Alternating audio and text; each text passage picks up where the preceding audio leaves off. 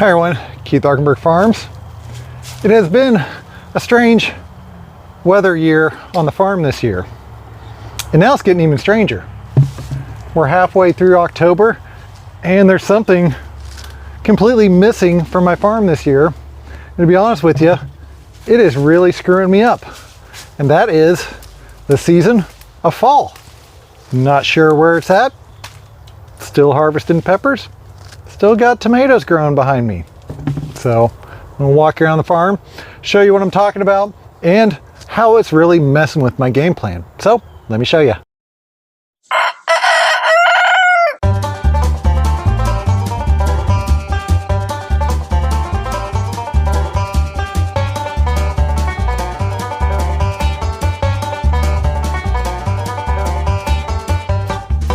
Now every year, as long as I've been doing this, and as long as I can really remember, we have our first frost and freeze this week.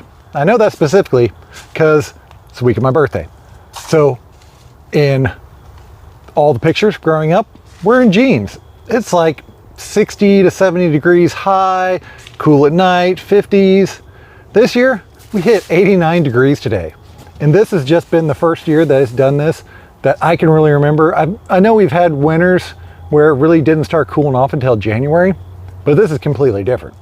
And that really throws a big wrench in the plans because these things should be dead. I shouldn't have to be worrying about these or harvesting these anymore. We only have 2 farmers markets left, so I'm gonna get to the point where I'm just gonna have to take them down for once while they're still alive.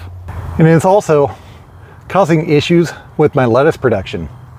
Now, I have very specific days for my last seeding and my last transplant that I've used for years on the farm that really dictates how things grow through the winter and how I can go through and progress and actually harvest things out. So I'm sure to have product all winter.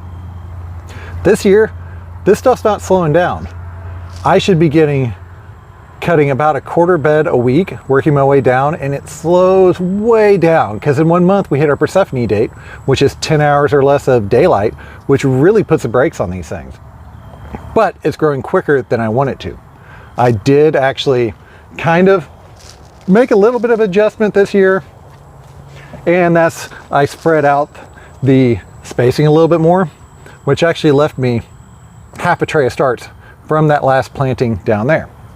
Now I also have my other auxiliary tray right here, which since I've got the irrigation on in the greenhouse still, I'm gonna keep in here, but do the same thing I did last year.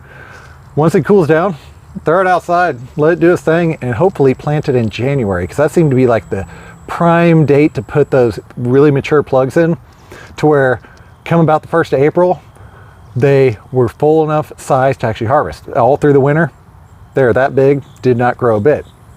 But it's kind of put me under a little pressure because I know sales are just going to continue to decline like they do this time of year because we're solely based in the market right now and a little bit on the online store, but not really enough to even be relevant.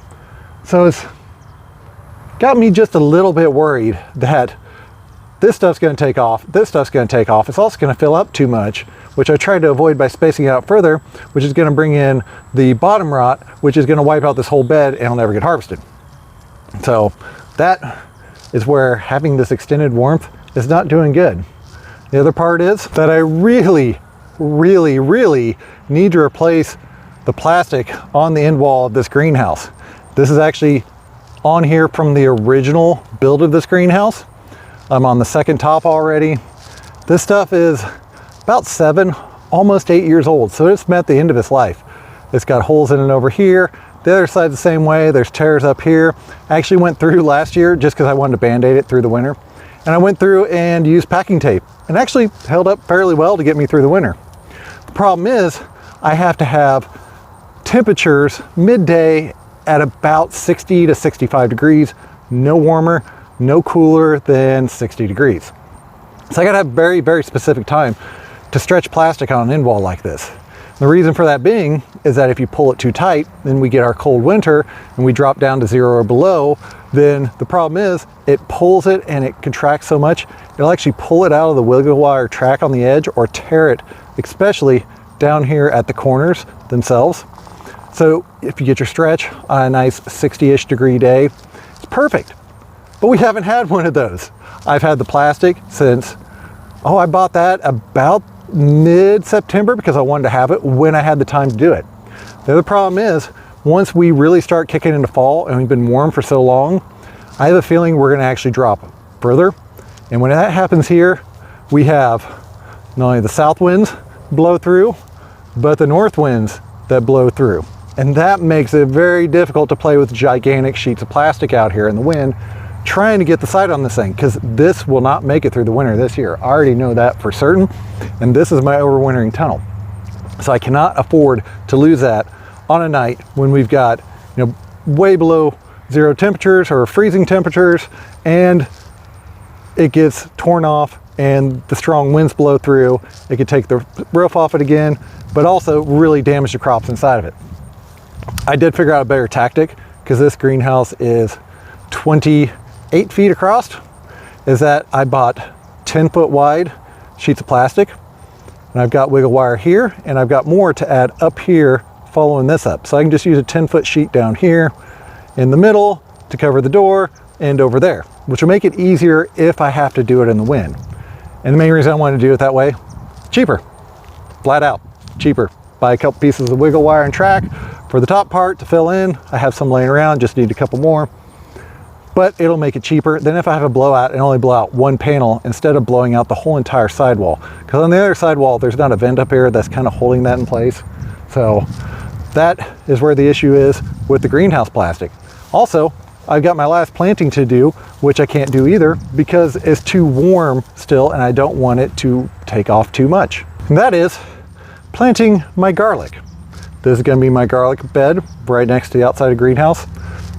I find it does best on the outside because once I shut off the irrigation in here and stop watering, it gets water from up underneath. Really helps it keep moist during the winter. But you also don't want to plant it when it's warm outside. We want it to focus on root development and very little top. Last year I planted, it was about this time, maybe a week earlier, and same thing, outside row, the caterpillar tunnel down there.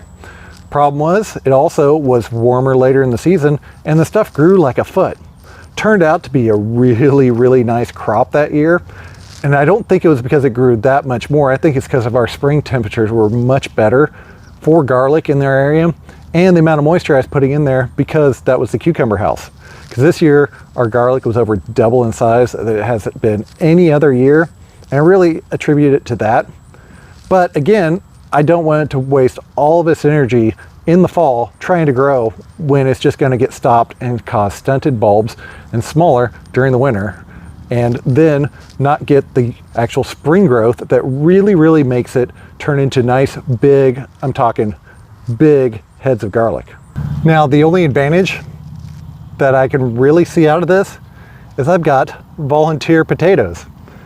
Had a group of people come out and help me harvest this year.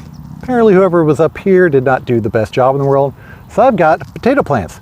These things flowered like 2 or 3 weeks ago, which means if we keep on this same trajectory that we're at, and I've been watching the weather, we're next 2 weeks not seeing anything below 44.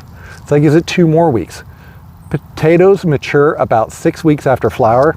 So I might actually get a fall harvest of potatoes simply from the potatoes that were left in the field. This area, that is unheard of. You have to do a fall planting about a month before you harvest, well, summer planting for your fall, a month ahead of your harvest to be able to have potatoes to harvest in the fall. Now, I've just got 2 basic rows here, nothing major, so I can easily cover these if we have light frost or light freeze and keep these babies going, hopefully. So I'm really excited about that. I don't necessarily need a bunch more potatoes, but hey, I'll take them. And on top of that, if I keep them, store them through the winter, I've got seed potatoes for next year sitting behind me. So that could be a really, really good deal. I can't wait for that. It really needs to cool down. We need the temperature to drop. It's getting really dry out here. Trees have not even started changing color. And everything just needs to kind of shut down, especially like in the orchard area I have up there. Those trees need to go dormant before they start going into drought shock and I start losing plants. Can start losing trees as well because they're dropping their leaves, but it's from water stress, not from fall actually occurring. So interested to know how other people are doing this fall, what it's like in your area.